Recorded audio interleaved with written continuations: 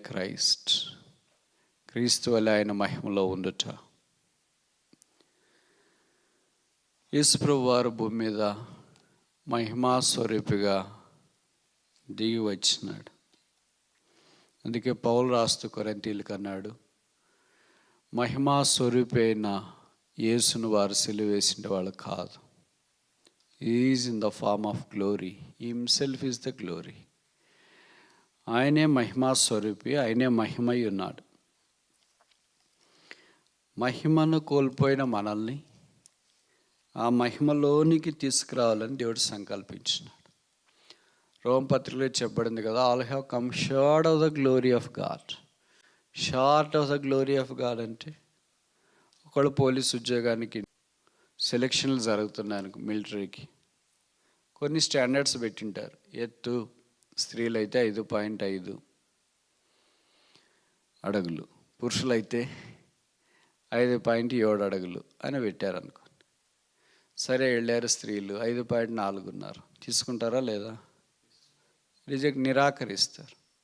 పురుషులు 5.6 ఉన్నారు, అంగీకరిస్తారు లేదా? నిరాకరిస్తారు. దాన్నే కమింగ్ షార్ట్, తక్కువ వచ్చినారు. వాళ్ళకి రావాల్సింది ఎంతంటే 5.5 స్త్రీలకు, పురుషులకు 5.7 అనుకోండి. అలాగే మనం కూడా దేవుని యొక్క స్టాండర్డ్కి 35 మార్కులు వస్తే పాస్. 34 వచ్చినాయి, 1 మార్కులో పోయిందంటే కూడా ఫెయిలే. ఇలాగ మన భక్తి కార్యాలు, నీతి కార్యాలు అన్నీ దేవుని ఎదుట 34 మార్కుల దాకా వచ్చినాయి. కొంతమందికి 30 వచ్చినాయి, కొంతమంది 0 కూడా వచ్చినాయి. ఎంత వచ్చినా 0 వచ్చినా ఫెయిలే, 34 వచ్చినా ఫెయిలే, 33 వచ్చినా ఫెయిలే, 20 వచ్చినా ఫెయిలే, 10 వచ్చిన come short of the target. అలాగే మనం దేవుని యొక్క మహిమకు తక్కువ వచ్చింటాం. ఇప్పుడు 34 వచ్చిన వాళ్ళకి 35 వచ్చి పాస్ చేయాలంటే 1 మార్కు గ్రేస్ మార్క్ కలపాల. అప్పట్లో 1 మార్కు గ్రేస్ మార్క్ ఒక్క సబ్జెక్ట్లో ఫెయిల్ అయితే కలిపేవాళ్ళు, దాన్నే గ్రేస్ మార్క్ అన్నారు. ఇప్పుడు ఏమయ్యారంటే పాస్ అయ్యారు 1 మార్క్ కలిపితే. దానికి గ్రేస్ మార్క్ అని ఎందుకు పేరు పెట్టారు? వేరే ఏదో మార్క్ అని పెట్టవచ్చు కదా, ఎక్స్ట్రా మార్క్ అని. అంటే గ్రేస్ అంటే they do not merit for the pass, but we make them meritorious to be passed candidate. Unmerited favor, అయోగ్యులైన వారికి దేవుడు యోగ్యత అనుగ్రహించేది. అలాగే మనము పాపాన్ని బట్టి దేవుని యొక్క మహిమకు దూరంగా ఉన్నప్పుడు యేసు ప్రభు మానవాకారాన్ని భూమి మీదకి వచ్చి మన కొరకే తన మహిమను వెల్లడి చేసి శిలువ మీదకి వెళ్ళి రక్తము కార్చి చనిపోయి సమాధి చేయబడి, ఇప్పుడు ఆయన ఉద్దేశం ఏంటంటే అనేక మంది కుమారులను తన మహిమకు తీసుకుని రావాలని. దేవుడు తన యొక్క కుమారుడు ఎలాగున్నాడో మనం అందరం అలాగే ఉండాలని దేవుని యొక్క ఉద్దేశం. We shall be like him, ఆయన వలే ఉంచు.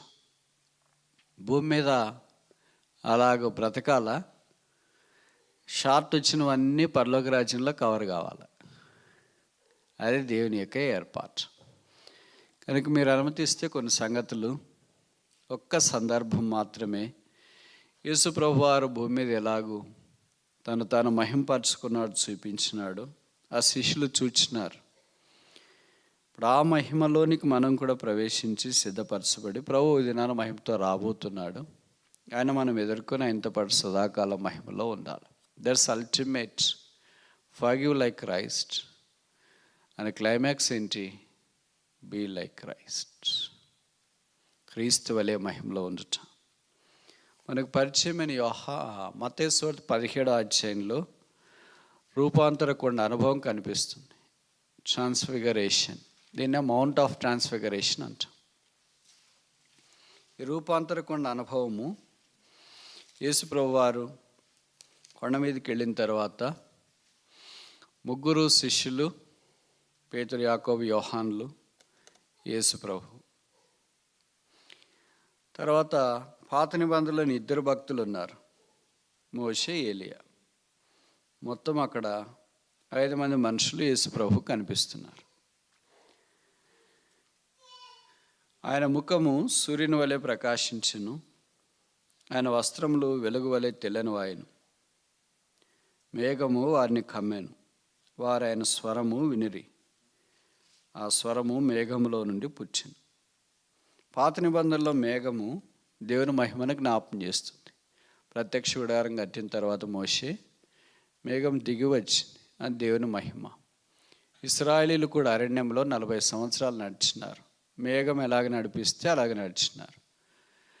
ఆయన ఇశ్రాయేలీలు ముందుండి నడిచిన దైవం. అది దేవుని మహిమకు సాదృశ్యంగా ఉంది. కనుక కొత్త నిబంధన మత్తయి 17వ అధ్యాయంలో రూపాంతర కొండ అనుభవం మనకు జ్ఞాపం చేయబడుతుంది. ఈ కొండ మీదకి ఖచ్చితంగా రావాల్సిందే. మత్తయి సువార్తలో 3 కొండలు కనిపిస్తాయి కనీసం. మామూలుగా 5 ఉన్నాయి, సమయార్థబాటుని బట్టి ఇప్పుడు అన్నీ చెప్పట్లేదు. మొదటిది 5వ అధ్యాయంలో కొండ మీద ప్రసంగము, అది మౌంట్ ఆఫ్ టీచింగ్, ప్రసంగపు కొండ. రెండవది ఆఖరిది మనకిప్పుడు మత్తయి సువార్త 24వ అధ్యాయంలో ఒలీవల కొండ. 24-25 అధ్యాయాలు యేసు ప్రభువారు ఒలీవల కొండ మీద చేసిన ప్రసంగం జ్ఞాపం చేయబడుతుంది. మౌంట్ ఆఫ్ ట్రాన్సెండింగ్ అండ్ దిగివచ్చే కొండ దినాన. ఈ రెండింటికి మధ్యలో 17వ అధ్యాయం మత్తయి సువార్త ఉంది, మౌంట్ ఆఫ్ ట్రాన్స్ఫిగరేషన్. మత్తయి సువార్త 5వ అధ్యాయంలో 3 అధ్యాయాలు ఎందుకు బోధించినాడు? మారాలని, 17వ అధ్యాయంలోకి రావాలని. అక్కడికి వస్తే అప్పుడు 25వ అధ్యాయం 24వ అధ్యాయం మత్తయి సువార్తలో యుగ సమాప్తి జరగబోయే కార్యక్రమాలు ఏంటో చెప్పబడ్డా, ఆయనతో కలిసి ఉండటానికి మనం కొనిపోబడతామని. మనమంటే చాలా రకంగా ఆలోచిస్తాం కదా. కనుక ఏం చేస్తామంటే మత్తయి సువార్త 5వ అధ్యాయం నుండి మత్తయి సువార్త 24వ అధ్యాయం దాకా ఫ్లైఓవర్ వేస్తారు. 17వ అధ్యాయం బైపాస్ చేసి, ఇంకో మాటలో చెప్పాలంటే ORR, ఔటర్ రింగ్ రోడ్డు. ఎందుకంటే వాక్యం ఎందుకు చెప్పాడు 5, 6, 7 అధ్యాయంలో మారాలని, 17వ అధ్యాయంలోకి రావాలని. మనకు మార్పు ఇష్టం ఉండదే. It is very tough to change anybody, including wife or husband or children. You got my point? నేను చెప్పేది మీకు అక్షరానుసారంగా అర్థమవుతుంది, కానీ సైలెంట్గా ఉన్నారు. ఆధ్యాత్మికంగా ప్రభు మనల్ని మార్చాలని కోరుతున్నాడు. అందుకే 17వ అధ్యాయం దీన్నే ట్రాన్స్ఫిగరేషన్, మార్పు చెందట. ట్రాన్స్ఫిగరేషన్ అంటే ఏంటి? మెటమార్ఫిజం అంటే ఏంటి? The change wrought inside is radiated outside. లోపల కలిగిన మార్పు బయటికి కనపడదు. ఉదాహరణకి కోడి గుడ్డు పెట్టింది, పాతకాలములను ఉద్దేశించి చెప్తున్నా. అది పొదగటానికి ఉద్దేశం. దాదాపు 20 రోజుల దాకా అది కోడిగుడ్డుగానే కనిపిస్తుంది బయటికి చూసే వాళ్ళకి. కానీ అంతరంగంలో దానికి మార్పులు జరుగుతూనే ఉంటాయి. అది పిండించిన కోడిపిల్ల అవుతూ ఉంటుంది. కరెక్ట్ 3 వారాల తర్వాత దాన్ని తెంచుకొని బయటికి కోడిపిల్ల వస్తుంది. అరే 21వ రోజు ఎలాగైంది? కాదు, అది జరుగుతూనే ఉంది. ఆ రోజు బయటికి కనిపించింది. అలాగనే మనం ఈ భూమి మీద గుడ్డులో ఎలాగ లోపల పిండం పెరుగుతుందో, కోడిపిల్ల పెరుగుతుందో, మనము సంఘముగా ఆయన కొరకు సిద్ధపడుతున్నాం. ఒక్కరోజు ఆయన ప్రత్యక్షమైన వెంటనే మనం మార్పు చెందుతాం, మార్చబడతాం, ఆయన మహిమలోనికి వెళ్తాం. దానికి ముంగుర్తుగా మత్తయి 17వ అధ్యాయంలో ఈ రూపాంతర కొండ అనుభవాన్ని జ్ఞాపం చేస్తున్నాడు. పాట కూడా ఉంది అనుకోండి, మారాలని ఎదుటోళ్ళ కొరకు పాడుతుంటాం, మనం మారము. ఇక్కడ 5 మంది 5 విషయాలు జ్ఞాపం చేస్తున్నారు. నేను అవి చూచాయిగా చెప్పి ముగించడానికి ప్రయత్నం చేస్తా. మొదటి వ్యక్తి మోషే, రెండో వ్యక్తి ఏలియా, మూడో వ్యక్తి యాకోబు, నాలుగో వ్యక్తి యోహాను, ఐదో వ్యక్తి పేతురు. కొండ కింద ఉన్న పేతురు మాట్లాడినాడు, కొండ మీదకి వెళ్ళిన పేతురు మాట్లాడినాడు. ఆయన ఎక్కడైనా మాట్లాడతాడు. సముద్ర తీరం దగ్గర మాట్లాడతాడు, దోణిలో కూడా మాట్లాడతాడు, మేడ గది మీద మాట్లాడతాడు, గెత్సేమని తోటలో కూడా మాట్లాడతాడు, యేసుప్రభువు వారు సిలువ వేస్తున్నప్పుడు మాట్లాడతాడు, ఆయన సమాధిలో నుండి లేచినప్పుడు మాట్లాడతాడు, ఆయన ప్రత్యక్షమైనప్పుడు శిష్యులంతా భయపడి గదిలో ఉన్నా కూడా మాట్లాడతాడు. ఎప్పుడైనా మాట్లాడుతూనే ఉంటాడు, ఎందుకంటే ఆయన మాటకారి. తర్వాత దేవుడు ఆ మాటలన్నీ తీసేసి ఆయన మాటలు ఉంచినాడు అపోస్తల కార్యంలో. పేతురు ఇలాగ మాట్లాడేస్తున్నాడని మనం కూడా మాట్లాడేయకూడదు. ఎందుకంటే నిజంగా పేతురు వల్ల అంత గొప్ప భక్తులు కాగలిగితే మాట్లాడవచ్చు, భవిష్యత్తు ఆడదనుకుంటా. కనుక ఇప్పుడు మోషే దగ్గరికి వస్తే మోషే మహిమ చూచినవాడు. వీళ్ళందరూ మహిమలో కనిపిస్తున్నారు. మీరు ఇది అర్థం చేసుకోవాలి పాయింట్. 3 శిష్యులు కొండ మీద ఉన్నారు, మిగతా 9 మంది కొండ కింద ఉన్నారు. వాళ్ళకి ఈ రూపాంతరం తెలియదు, ఈ మహిమ తెలియదు. వాళ్ళ శిష్యులే. అది బేసిక్ స్టాండర్డ్. నాలాంటిది. మీలాంటి స్టాండర్డ్ ఏమంటే కొండ మీద ఉండేది. వాళ్ళు they missed one of the greatest opportunities of looking Jesus in all his glory on the mountain top. యేసును మహిమాపూర్ణుడిగా చూడడం అనేది మిగతా 9 మంది శిష్యులు మిస్ అయ్యారు. ఇప్పుడు 3 ఏర్పాటు చేసుకుని యేసుప్రభు కొండ మీదకి వెళ్తుంటే అడగొచ్చు కదా మిగతా శిష్యులు ఎక్కడికి వెళ్తున్నారు ప్రభు అని. అడగకపోయినా మిగతా శిష్యులను అడగొచ్చు కదా, పేతురు, యోహాను, యాకోబు ఎక్కడికి వెళ్తున్నారు, మమ్మల్ని అంతా వదిలేసి వాళ్ళని పెళ్ళికి పిలిచినారా, పేరెంటానికి పిలిచినారా, హౌస్ డెడికేషనా ఏంటి, గిఫ్ట్లన్నీ మీరే తెస్తున్నారు, డబ్బులన్నీ మీరే తింటున్నారు, భోజనం అంతా మీరే తింటున్నారు, బట్టలు ఇచ్చేవన్నీ మీరే తీసుకుని మాకు కూడా కొద్దిగా ఇస్తే మేము కూడా వచ్చేస్తాం కదా అని వాళ్ళు అడగొచ్చు కదా. బహుశా నేను అనుకోవడం ఏంటంటే, మేము వెళ్తున్నాం ఇట్లా అని అంటే, నాకు తెలిసి మీరు వెళ్ళేది ప్రార్థనకే. ఒకళ్ళు పేతురు ఇలాంటి వాళ్ళు పిలిచారేమో ఆంధ్రాని వాళ్ళని రండి వెళదాం పైకి అంటే, ప్రార్థనకి ఆడ వస్తాంలేండి, మీరు వెళ్ళిరండి, మేము కింద చూసుకుంటాం. ఎట్లా మీరు 3 పోతారు కదా, ప్లస్ యేసుప్రభు 4 లేకపోతే వచ్చేవాళ్ళంతా మా దగ్గరికి వస్తారు ప్రార్థనకి. కనుక ఇంక మేమే ఇక్కడ అంతా చూసుకుంటాము, మీరు ఎంతకాలం పైన ఉంటే అంత మంచిది మాకు కూడా అని అనుకున్నారేమో. They are people who are more interested in earthly things. But వీళ్ళు మిస్ అయిపోతున్నాము దేవుణ్ణి చూసేది అనే అనుభవంలోనికి వాళ్ళు రాలేకపోతున్నారు. ఇప్పుడు జరిగిన సంగతి ఏంటంటే, ప్రభు వాళ్ళని పైకి తీసుకెళ్ళిన తర్వాత వాళ్ళు చూసినారు. ప్రభు వీళ్ళు 3 3 సందర్భాల్లోనే తీసుకెళ్ళాడు. దాంట్లో ఇదొక సందర్భం. అన్నీ ఏ జ్ఞాపం చేస్తున్నాయంటే, మరణం, మహిమ. Where there is death there is glory, where there is no death there is no glory.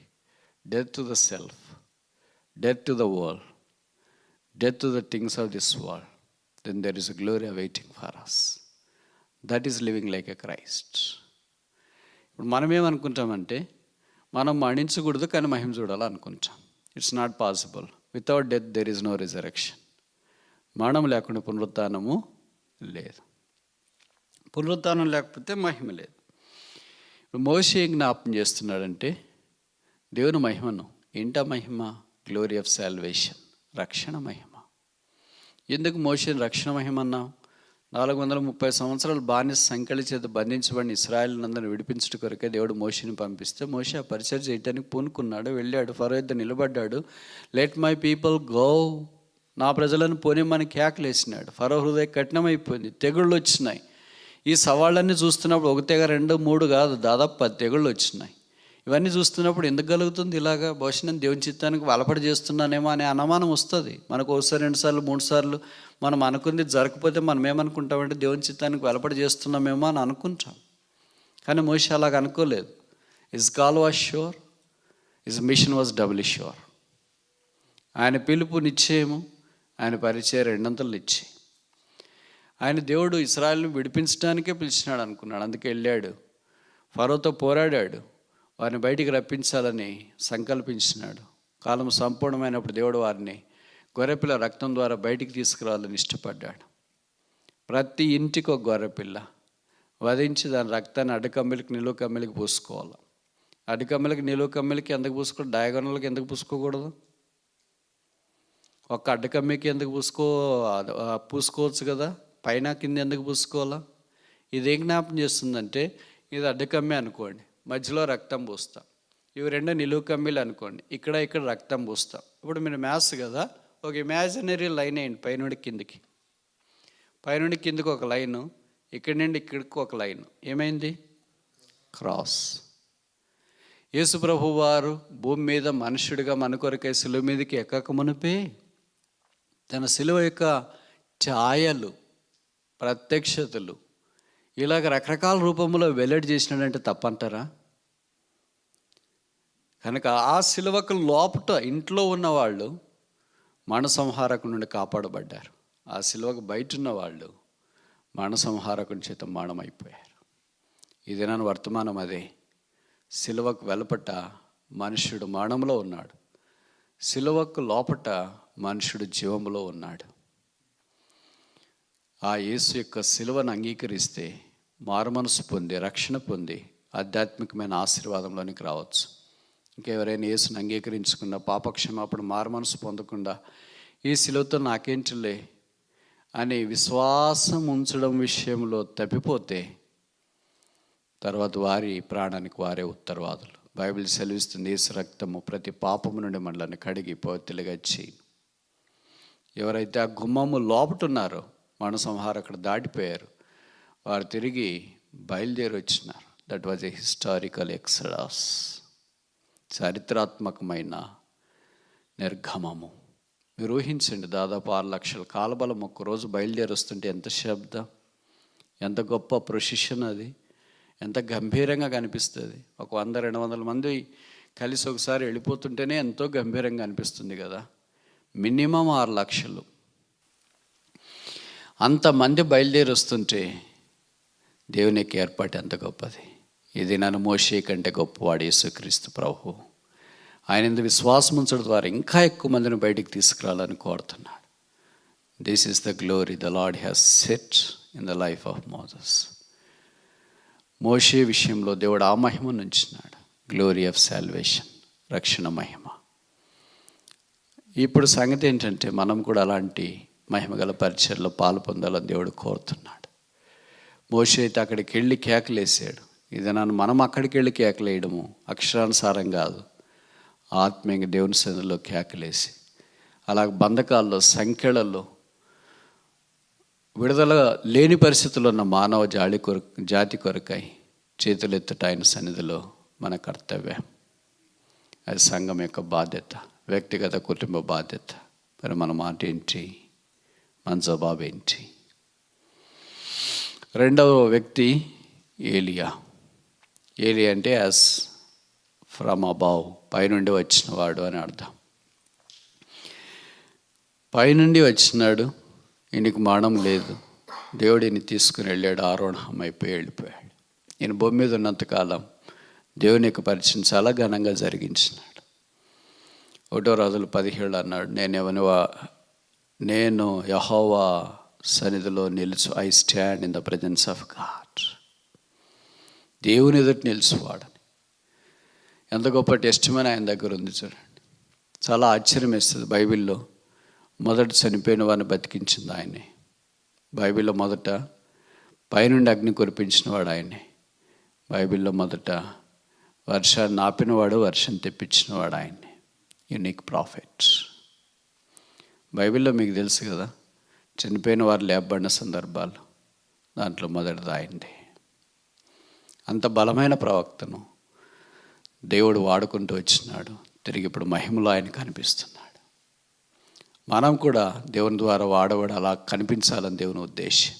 ఆయన వేసిన కేకలేదే, who is on the Lord's side, యెహోవా పక్షంలో ఉన్నవాడేవాడు. How long you halt between 2 opinions, ఎంతకాలం మీరు 2 తలంపుల మధ్యలో ఉంటారు. గ్లోరీ ఆఫ్ సెపరేషన్, ప్రత్యేకంగా జీవించే మహిమ. మనం చాలాసార్లు మొదటి మెట్లోకి వచ్చినాం కానీ రెండో మెట్లోనికి రాలేకపోయినాం. ప్రత్యేకంగా జీవించాలని ఇష్టం ఉండదు, అందరితో కలిసి ఉండాలని, గోంగూర వంటకం మాదిరి ఉండాలని అనుకుంటాం. అది కొద్దిగా ఇది కొద్దిగా, అది కొద్దిగా ఇది కొద్దిగా అని. అట్లా లోకము కాదు, అట్లా విశ్వాసులు కాదు, అట్లా ప్రభు పిల్లలు కాదు, ఇట్లా సాతాను పిల్లలు కాదు. ఏం చెప్పాలా? 2 కలిపిన hybrid. So sad. God doesn't like hybrid but holy. మిశ్రిత జనం కాదు దేవుడికి కావాల్సింది, పరిశుద్ధమైన వారు దేవుడికి కావాలి.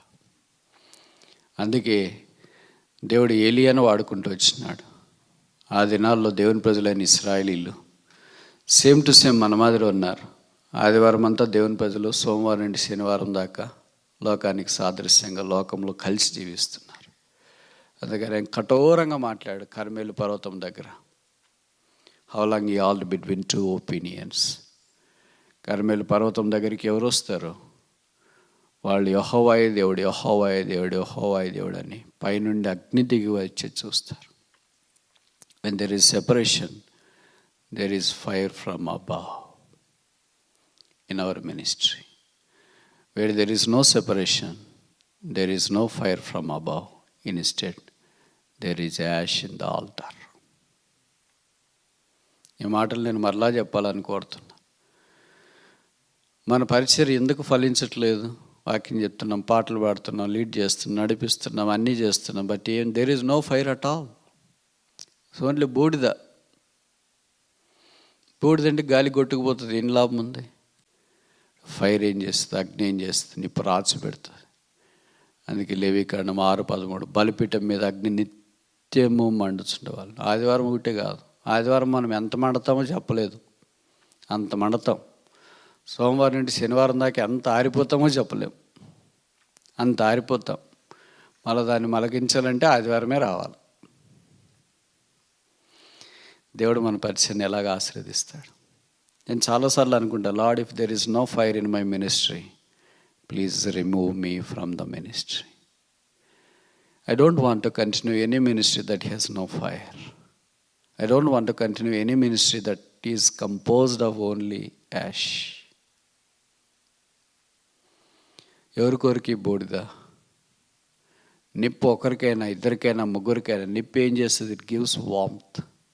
కనుక మనిషికి ఆత్మీయ జీవితంలో ఒక ఆత్మీయ వ్యక్తితో మాట్లాడితే, ప్రార్థన చేస్తే, ఒక సహవాసం ఉంటే, వాళ్ళ మాటలు వింటుంటే ఆత్మీయ వెట్టబుట్టాల. మనకు అలా కాదే, వాళ్ళతో మాట్లాడితే అబ్బా ఉన్న ఆత్మీయత కూడా పోతుంది. ఎందుకు మాట్లాడినామా?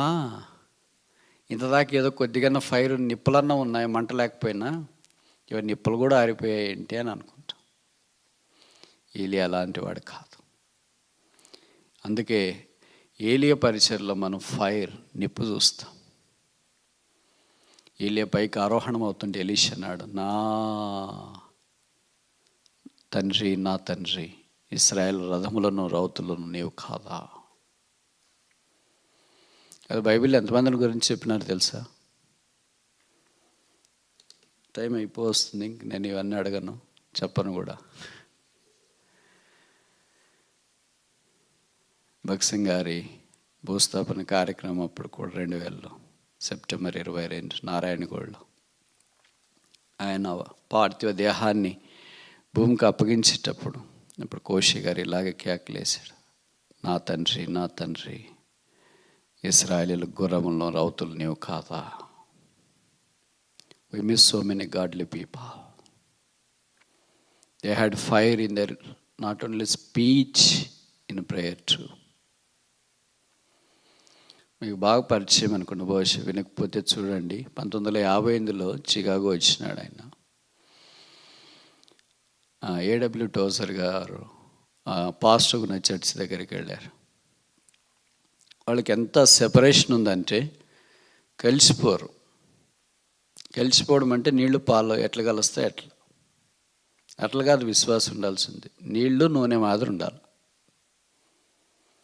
మనం నీళ్లు పాలు మాదిరి ఉంటాం, కావాలంటే వేడి నీళ్ళు చన్నీళ్ళు మాదిరి ఉంటాం. You cannot see any layer of demarcation, it's all mixed up. నీళ్లు నూనె మీరు ఎంత కలపండి చూడండి, ఏది పైన ఉంటుంది? నీళ్ళు పైన ఉంటాయి, నూనె పైన ఉంటుంది. నూనె ఎందుకు పైన ఉంటుంది? డెన్సిటీ. తక్కువ డెన్సిటీది పైన ఉంటుంది, ఎక్కువ డెన్సిటీది కింద ఉంటుంది. నూనె పరిశుద్ధాత్మ దేవునికి సాదృశ్యం. ఒక విశ్వాసి నీళ్లు అంటే లోకానికి సాదృశ్యం. లోకం పైన ఉండాలి కానీ లోకం కింద కాదు. మనం అలా కాదు, కానీ కావాలంటే నీళ్ళని పైకి పంపించి కింద ఉండే రకం. అలాంటి వాడి ద్వారా దేవుడు పని చేయలేడు. ఆయన వచ్చినప్పుడు బహుశా నేను సిడీలోనే, అది యూట్యూబ్లోనే విన్నా, మీరు కూడా కావాలంటే వినండి. A.W. టోజర్ మీకు తెలుసు కదా, prolific writer, very intelligent, brilliant pastor, very tough to read his books. I attempted to read his books when I was born again, but I understood not even a single sentence. చాలా పుస్తకాలు రాసినాడు. ఆయన భక్సింగ్ గారిని గురించి పరిచయం చేస్తూ, today we have a speaker from eastern part of the continent. Now I request brother భక్సింగ్, ఆయనకి పేరు కూడా సరిగ్గా ప్రొనౌన్స్ చేయడం రాలేదంటే యాక్సెంట్ కష్టం కదా. భక్సింగ్ గారు లేచి నిలబడి వాక్యం చెప్పడానికి ముందు ఏం చెప్పాడు తెలుసా? అట్లా ప్రశ్న నేను మిమ్మల్ని అడిగితే పొరపాటును కూడా నన్ను నెక్స్ట్ సార్ రానిరు. ఆయన చెప్పింది ఇండియన్ క్రౌడ్కి కాదు, ఇండియన్ కాంగ్రిగేషన్కి కాదు, వాళ్ళంతా అమెరికన్సే. మొదట అడిగిన ప్రశ్న ఏంటంటే ఆయన లేచి నిలబడిన వెంటనే, how many of you have a full Bible? మనది కానీ స్థలానికి వేరే దగ్గరికి పిలిచినప్పుడు మనం వాక్యం చెప్పుకొని బయటపడాలి, కానీ అవన్నీ ప్రశ్నలు ఎందుకు బ్రదర్ అంటాం, అంతేనా? ఆయన అడిగితే there was a pin of silence. అప్పుడు ఆయన చెప్పింది ఏమో తెలుసా? If you do not have a full Bible with you, please obtain one. This is the Bible I read on my knees and this give the light for me అని start చేస్తూ, అప్పుడు దేవుడు ఆయన ఎలాగ దర్శించినాడో సాక్ష్యము వాక్యము చెప్పిన సంగతి పరిచి, ఏడబ్ల్యూ టోజర్ లాంటి పండితుడు, ఒక సామాన్యమైన ఆ దినాల్లో ఇంకా భక్సింగ్ గారు అంతా పరిచయ వృద్ధిలోనికి రాని దినాల్లోనే ప్రభు అంత వాడుకోవటానికి ఇష్టపడినాడు. Fire in the ministry. మన పరిచయలో కూడా ఫైర్ లేకపోతే బహుశా పరిచర్య వ్యర్థం అనుకుంటా. అది people who have fire in their ministry can see the God's glory. దేవుని మహిమను వాళ్ళు చూస్తారు. మూడో వ్యక్తి, సమయం అయిపోయింది చెప్పేస్తే పేతురు దగ్గరికి వస్తాం. ఇంకా ఆ మినిస్ట్రీ ఆఫ్ సాక్రిఫైస్, త్యాగపూరితమైన పరిచర్య. ఆయన ప్రభు కొరకు తను తాను అర్పించుకోవటానికి కూడా ఇష్టపడ్డాడు. అందుకే ప్రభు దగ్గరికి వచ్చి ఒకరోజు అన్నాడు, నేను మీ కొరకే ప్రాణం పెడతా, I will lay down my life. అది నువ్వు నా కొరకు ప్రాణం పెడతావా? ఎస్. తర్వాత పారిపోయాడు అనుకో, స్టార్టింగ్ అది. But that's not ending. Every defeat of a believer is no ending of a believer.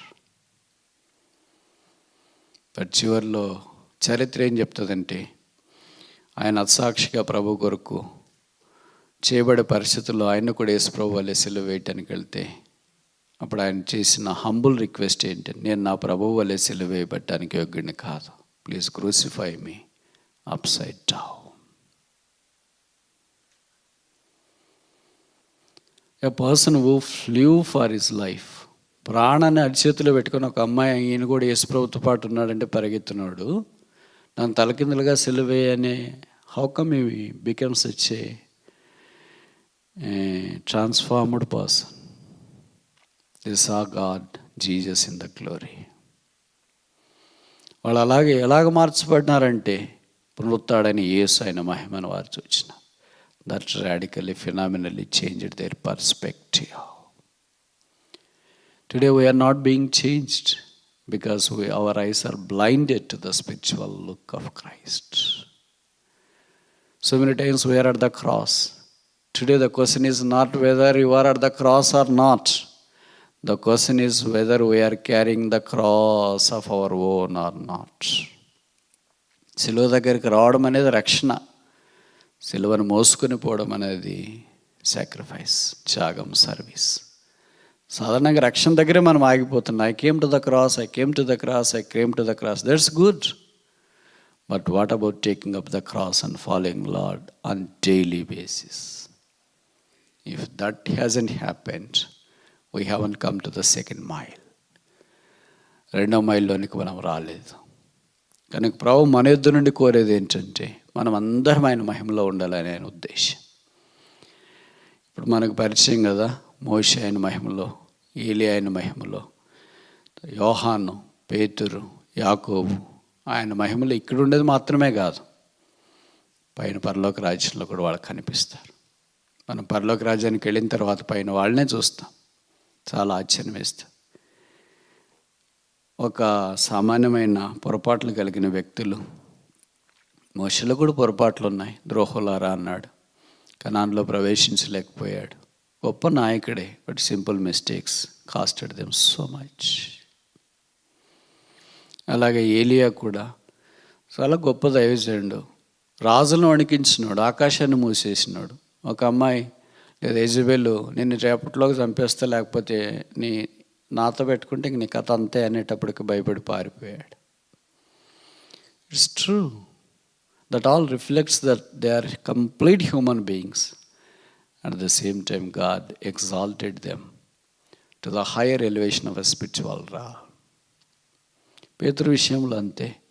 ఈ డినైడ్ థ్రైస్, ప్రభువును 3 సార్లు బంకినాడు. తర్వాత ప్రభు కొరకు డైడ్ ఫర్ క్రైస్ట్. కొంతమంది అంటారు, విశ్వాసులు చెప్తే, పేతురు కూడా తప్పాడు కదండి అని. మంచిది, బాగుంది కదా. పేతురు 3 సార్లే బొంకినాడు, తప్పిపోయినాడు. నువ్వు కూడా 3 సార్లు బొంకి యేసు ప్రభు కొరకు ఇలాగ వాక్యం చెప్తే 3,000 మందిని రక్షింపగలిగితే ఎన్నిసార్లన్నా బొంకు. నేను చెప్పే మాట అర్థమైందా మీకు? పేతురు వలె 3 సార్లు బొంకి ఆయన తలకిందులుగా సిలువ వేయబడటానికి సమర్పించుకోవటానికి ఇష్టపడితే నువ్వు కూడా 3 సార్లు బొంకు తలకిందులుగా సిలువ వేయబడటానికి ఇష్టపడాలి. వేరాడదే వేరారు పోయి వాళ్ళు ఎక్కడ మనకి ఎక్కడ. No comparison at all, no simile at all, no metaphor at all. They are in the higher realm of spiritual standards. వాళ్ళు బొంకింది, తప్పు చేసింది, పొరపాటు చేసింది when they are controlled by the human spirit. But when they stood for the Lord they are controlled by the Holy Spirit. ప్రభు ద్వారా వారు నడిపించబడినారు కనుక. ఒక చిన్న అమ్మాయికి పరిగెత్తిపోయిన వ్యక్తి అపోస్తుల కార్యంలో మనం చూస్తే గొప్ప గొప్ప నాయకులు, రోమన్ ఆఫీసర్లు అలాంటి వాళ్ళు వచ్చి పేతురు లాంటి వాళ్ళని వెళ్ళిపోని చెప్పినారు. ఇక్కడ నేను మీరు ప్రకటించొద్దంటే పేతురు లాంటి వాళ్ళు ఏం చెప్పినారు? మేము మీ మాట వినాలా, దేవుని మాట వినాలా? ఇంతకుముందు అదే అమ్మాయితో మాట్లాడవచ్చు కదా. అట్లా ఏంటమ్మా, ఎవరిని అనుకుంటున్నావు, ఏమనుకుంటున్నావు, నీ సంగతి తర్వాత చెప్తా అపోస్తుల కార్యాలు అనొచ్చుగా. ఇక్కడ అపోస్తుల కార్యాలలోనికి వచ్చిన తర్వాత వాళ్ళు రాజులకు ప్రకటించినారు, పేతురుని తీసుకెళ్ళి చెరసాలు వేస్తే ఏంటి నన్ను చెరసాలు వేస్తున్నారని. చూడండి, ఆయనకి ఎక్కడికైనా నిద్ర వస్తుంది. కొంతమంది అలాగే ఉంటారు. ఆయన గెత్సేమనే తోటలో యేసుప్రభు చచ్చిపోతుంటున్నాడు, రాత్రికి అప్పగిస్తారు, నెక్స్ట్ డే చనిపోతున్నాడు అన్న కూడా నిద్ర వచ్చింది. అలాగే నిద్ర వస్తుందా మనకి? మన పక్కన వాళ్ళు ఎవరైనా చనిపోతారు రేపని చెప్తే వస్తుందా? వచ్చేవాళ్ళు ఉంటే ఇంక మనం ఏం చేయలేము. గెత్సేమనే తోటలో ఆయన నిద్రపోయినాడు.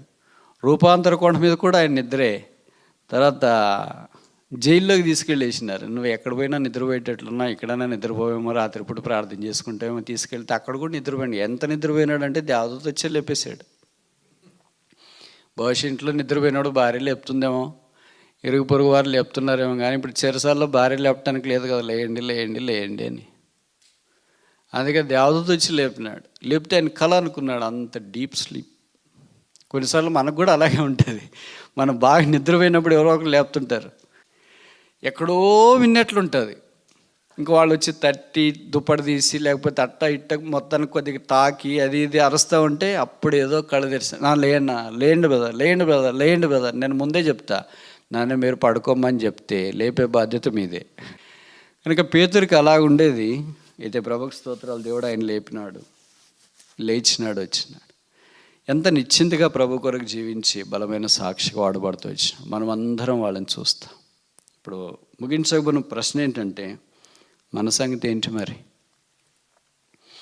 ఈ 5 మందిలో మనం ఏ రకం? మొదటి రకమా, 5వ రకమా? మన రకమే ఇక్కడ లేదా? మన రకం కొండ మీద ఉండదు, కొండ కింద ఉంటారు. ఇదే ఇసుకరేసి మిగతా వాళ్ళందరూ ఉన్నారు కదా. They have no glory at all, they lost this glory. They are believers too, disciples too, followers of Christ, bus missed this bus. So many times వేరే ఆల్సో మనతో పాటు ఉన్నారు కదా, సేమ్ తింటున్నారు, సేమ్ పడుకుంటున్నారు, సేమ్ మందిరానికి వస్తున్నారు, సేమ్ బల్లో అంతా సేమ్ టు సేమే కదా అని అనుకుంటాం. There is a time where God separates the spiritually high standard people and people of spiritual low standard. ఇప్పుడు రెండిట్లో మనం దేని కిందకి వస్తాం? మనం అందరం దినాన్ని ప్రభు రాబోతున్నాడు. అప్పుడు ఇలాంటి మీటింగ్స్ ఉండవు, మైక్ లేదు, ప్రత్యేక కూడికి లేని లేదు. ప్రతిరోజు ఆదివారమే పరలోక రాజ్యంలో. నేను ఇలాగ చెప్తే మీకు గుర్తొస్తుందేమో, ఆదివారం అంటే బిర్యానీ కదా అని. ప్రతిరోజు ఆదివారం అంటే ప్రతిరోజు ఆరాధన అని అట్లా అర్థం చేసుకోండి. మీరు ఇట్లా అర్థం చేసుకోవద్దండి. అటు బలలో పాలు పొందేది ఏముండదు, కానుకలు పెట్టలు ఏముండదు, లైవ్ స్ట్రీమింగ్ ఏముండదు. మీరు శుభ్రం చేసేది ఏముండదు, హౌస్ కీపింగ్ ఏముండదు. ప్రభును స్తుతిస్తూ ఆరాధిస్తూనే ఉంటాం. మళ్ళీ మీకు ఇంకొక గొప్ప న్యూస్ ఏంటంటే సోమవారం అనేది లేదు అక్కడ. అయ్యో మళ్ళీ ఆఫీస్కి వెళ్ళాలా, రొటీన్ కార్యక్రమాలు, స్కూల్కి వెళ్ళాలా, మళ్ళీ ఆన్లైన్లో జాబు, ఇవన్నీ అనేది ఏం లేదు. సిస్టర్స్కి ఒక గుడ్ న్యూస్ చెప్పనా, అక్కడ కిచెన్ లేదు. ఇంకా గుడ్ న్యూస్ చెప్పనా, అక్కడ డ్రెస్సింగ్ టేబుల్ లేదు. చాలా గుడ్ న్యూస్ ఉన్నాయి మీకు. అందరికి ఇంకో గుడ్ న్యూస్ చెప్పిన, అక్కడ స్మార్ట్ ఫోన్ లేదు, నో యాపిల్ కంపెనీ. ప్రభునే చూస్తుంటాం, ఆయన ఆరాధించే ప్రజల్లో మనం కూడా చేరుతాం, ఆయన మహిమలోనే మనం ఉంటాం, సదాకాలం ఆయనతోనే ఉంటాం. దానికి అంతం లేదు. బైబిల్లో రాయబడింది, his kingdom has no end. ఆయనతో పాటు సదాకాలం ఆయన వలే ఉంటాం. చూడండి, మీలో కొంతమంది తల్లిదండ్రులు ఉన్నారు కదా, అంటే పిల్లల్ని కానీ తల్లిదండ్రులు, మీ పిల్లల్ని మీరు స్కూల్కి పంపించినారు. స్కూల్లో యూనిఫామ్ ఎందుకు వచ్చింది తెలుసా మీకు? అందరూ ఒకే రకంగా అనిపించాలి. There should not be any difference of rich and poor, privileged and under privileged అని. స్కూల్లో వాళ్ళని పికప్ చేసుకోవడానికి మీరు కారు వేసుకుని పోతారు. కరెక్ట్ డైరెక్ట్ జవాబు చెప్పండి, పిల్లల్ని మీరు గుర్తుపడతారా, వాళ్ళు మిమ్మల్ని గుర్తుపడతారా? నేను ఖచ్చితంగా చెప్పగలను, ఏ తల్లిదండ్రులు వాళ్ళ పిల్లల్ని గుర్తుపట్టరు. అంతమందిలోన మిమ్మల్ని వాళ్ళే గుర్తుపట్టి వస్తారు. ఎందుకంటే స్కూల్ యూనిఫామ్లో ఉంటారు కనుక అందరూ ఒకే రకంగా కనిపిస్తుంటారు. మనవాడు కూడా వాళ్ళ మాదిరే కనిపిస్తాడు, వాళ్ళవాళ్ళు కూడా మనవాళ్ళ మాదిరే కనిపిస్తూ ఉంటారు. All same to same. వాళ్ళే పరిగెత్తి డాడీ మమ్మీ అని వస్తే, ఎక్కడున్నారా, ఇప్పటిదాకా ఇక్కడే పెట్టుకున్నాను, ఇక్కడే ఉన్నా డాడీ, మా ఫ్రెండ్తో మాట్లాడుతున్నాను, నాకు కనిపించలేదే, నేను నిన్ను ఎప్పుడో చూసి అక్కడే చూసా. మనవాడు వాడు అక్కడే చూసింటాడు. కార్ టైం అయ్యేటప్పుడు యూటర్న్ అయ్యేటప్పుడు అక్కడే చూసింటాడు. మన కారు గుర్తు అన్నీ వాడికి గుర్తు కదా, వాడు ఎక్కడో చూసింటాడు. మనం మాత్రం ఇంకా కనపడలేదు, ఇంకా కనపడలేదు, ఇంకా కనపడలేదు, ఎక్కడ ఉన్నాడు అనుకుంటాడు. వాడు రానిలే, మా డాడీ రాని, మా మమ్మీ రాని, ఇక్కడ ఆపుతారు, పార్క్ చేస్తారు, చూస్తాంలే అని అనుకుంటా ఉంటారు. అదే స్కూల్ అయిపోయిన తర్వాత ఇంటికి వస్తే మన పిల్లలు ఎలాగుండాలని మనం కోరుకుంటామంటే, మన కొడుకు వల్లే, మన కూతురు వల్లే ఇంకెవరు ఉండకూడదు. ఎంత మోడర్న్ డ్రెస్సు, ఎంత ఎక్స్పెన్సివ్ డ్రెస్సు, ఎంత కాస్ట్లీ డ్రెస్సు, ఎంత ఫ్యాషనబుల్ ఏదైనా కానీ మా వాడికి ఉండాలి. చూసిన వెంటనే ఎవరబ్బాయి, ఎవరమ్మాయి, చాలా చాలా అనేటట్లు ఉండాలి. మావాడు కట్టిన వాచ్ ఎవరు కట్టకూడదు, మావాడు వేసిన బెల్ట్ ఎవరు వేసుకోకూడదు, మావాడు వేసుకునే నిక్కర్ ఎవరు వేసుకోకూడదు, మావాడేసే షూ ఎవరు వేసుకోకూడదు, మావాడే బండి ఎవరు వేసుకోకూడదు. 9 నెలలు మోసి కన్నా తల్లిదండ్రులకు వాళ్ళ కుమారుడు కుమార్తె అలాగూ ప్రత్యేకంగా ఉండాలని కోరుతారు. కానీ భిన్నం ఏంటంటే, పరలోకపు తండ్రి తన కుమారుడు వల్లే ఈ భూమి మీద ఎవరు ఉండకూడదని అనుకోలేదు. మన స్వార్థపూరితమైన ఆశ, there should none be like my son my daughter. అయితే దేవుడు ఎలాగ సంకల్పించినాడంటే, all should be like my son. What a paradoxical difference is this. All should look like my son. అందరు నా కుమారుని వలె ఉండాలి. మనం ఎవరు మన కుమారుని వలె ఉండకూడదు అని మనం అనుకుంటే, దేవుని యొక్క సంకల్పం అందరు నా కుమారుని వలె, మాటలు అలాగే, చూపు అలాగే, ప్రవర్తన అలాగే, పరిశుద్ధత అలాగే, విధేయత అలాగే, దీనత్వం అలాగే, ఇతరులతో సంభాషించేది అలాగే, తగ్గింపు అలాగే, అన్నీ నా కుమారుని వలె వీరిలో ఉండాలి. అనేక మంది కుమారులను మహిమకు తీసుకుని వచ్చుట కొరకై ప్రభువు దినాన్ని రాబోతున్నాడు. ఆయన బోరు శబ్దం వింటే మనము మార్చబడతాం, మహిమా శరీరం ధరిస్తాం, ఆయనతో పాటు సదాకాలం ఉండటానికి ఆ రాజ్యంలోనికి వెళ్తాం. 1 యోహాను 3లో చెప్పబడుతూ వచ్చింది, వీ షల్ సీ హిమ్. ఆయన చూస్తాం. చూసి అలాగే ఉండేది కాదు, బైబిల్లో రాయబడి we shall be like him. ఆయనను పోలి ఉంటాం. We shall be with him. ఆయనతో పాటు ఉంటాం. ఈ శుభప్రదమైన నిరీక్షణ కలిగిన వారమై ఆయన రాకడ కొరకు కనిపెడుతూ, ఆయన మహిమను మనం భూమి మీద వెల్లడి చేస్తూ ఆయన కొరకు జీవించినట్లుగా ప్రభువు మనకు సహాయం చేయనుగాక. ఆమేన్.